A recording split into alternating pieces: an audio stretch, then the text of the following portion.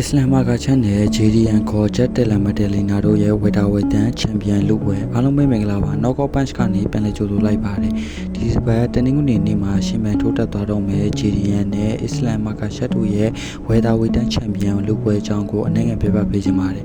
ground game နဲ့ striking ပိုင်းအားပြန်ကြမှာမလို့ထင်မြင်ချက်မျိုးမျိုးတွေထွက်နေခဲ့သလိုအများစုကတော့ Islamaga ချက်ကပဲအသာစီးရသွားမယ်လို့သုံးသပ်နေကြတာရှိတယ်ရလက်ကောင်းထားတဲ့နှစ်ယောက်ထိတိုက်တွေ့နေတာမလို့ဒီပွဲကတော်တော်လေးစိတ်ဝင်စားဖို့ကောင်းတယ်လို့ဘာတွေဆက်ဖြစ်လာမလဲဆိုတာလည်းစောင့်ကြည့်အောင်ပါပဲဖြစ်ပါတယ်။ဘာဖြစ်ဖြစ် Islamaga ရှက်အနေနဲ့ကတော့တိတ်တောင်းနေရယူသွားမှာဖြစ်ပြီးတော့ JDN ရဲ့တိတ်တောင်း defense နဲ့ striking ဘိုင်းကိုလည်းစောင့်ကြည့်အောင်ပါပဲဖြစ်ပါတယ်။ဒီပွဲမှာကတော့ကျွန်တော်အနေနဲ့မြင်တာက game plan ကောင်းကောင်းယူလာနိုင်တဲ့သူကပဲအသာစီးရသွားမယ်လို့မြင်တယ်။ Islamaga ရှက်အနေနဲ့ကလည်းမလွယ်ကူတဲ့ပြိုင်ပွဲလို့